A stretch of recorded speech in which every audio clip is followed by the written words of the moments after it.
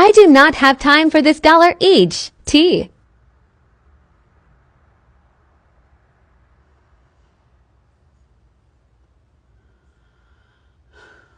Sir, yelling at me is not going to change the outcome of this scenario.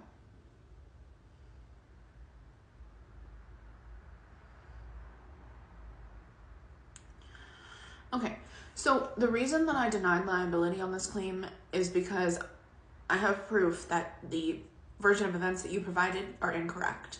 Multiple examples of evidence for proof. So you reported that my insured hit you in a parking lot and took off. That's what you told the police. Okay. First of all, filing a false hit and run police report is illegal. Second of all, I got the video footage from the parking lot because my insured said he didn't hit you.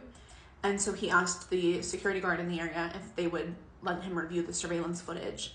And you can clearly see my insured pulled into the parking space next to you, got out of his car, walks to the back of the vehicle. There's one person in this vehicle, mind you. And at that point, you get out of your car screaming at him. There was zero contact between your two cars.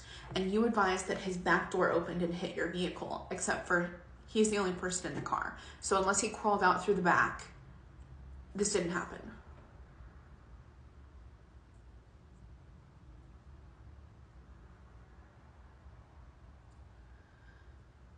Okay, quite frankly, I really don't care what you think of us as an insurance company. That's irrelevant. My job here is to protect my insured, and based on the evidence I have, they didn't do anything to you.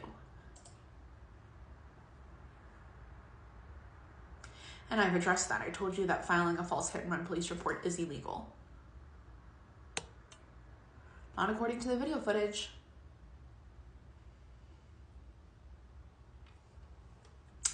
I don't know what to tell you.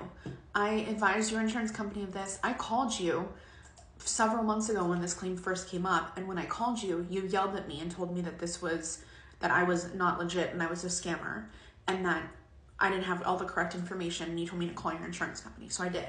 I called your insurance company. They provided me with the one photo that you took and a copy of the police report, which is just a event log that you had reported the hit and run. There's no narrative of anything.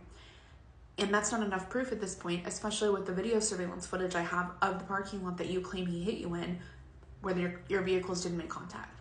Additionally,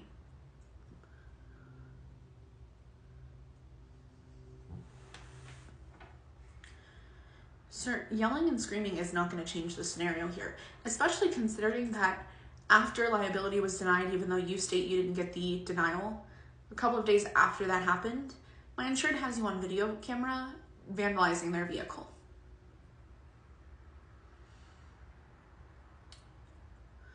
Oh, I'm not accusing you of anything. I watched the video footage.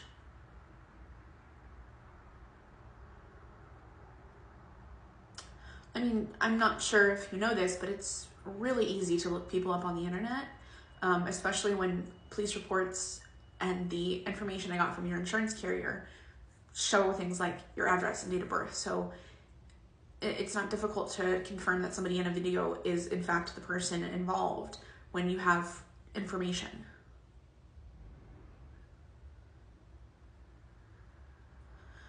Okay, so at this point we're going back and forth regarding this scenario, and I've already told you the claim has been denied. Do you have any other questions for me?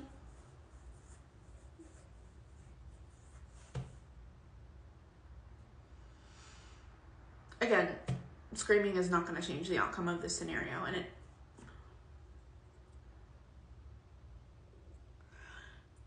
again, I'm not accusing you of anything. I'm telling you what I saw on video footage. I never accused you of anything. You do that.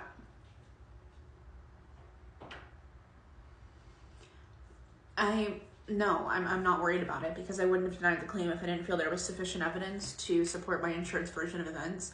Additionally, when it comes to filing a claim, the person bringing forth the claim, in this case you, has the burden of proof, which you did not meet. So I'm confident in our position, and I will be sticking to that. If you want to get an attorney and file a lawsuit, that's completely up to you. Okay.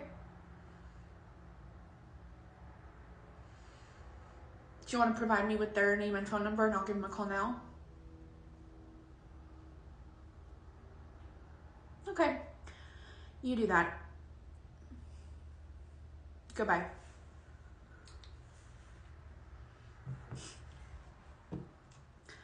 One thing you're not going to do is think that you're going to intimidate and harass me. Especially not when the evidence is overwhelming against you.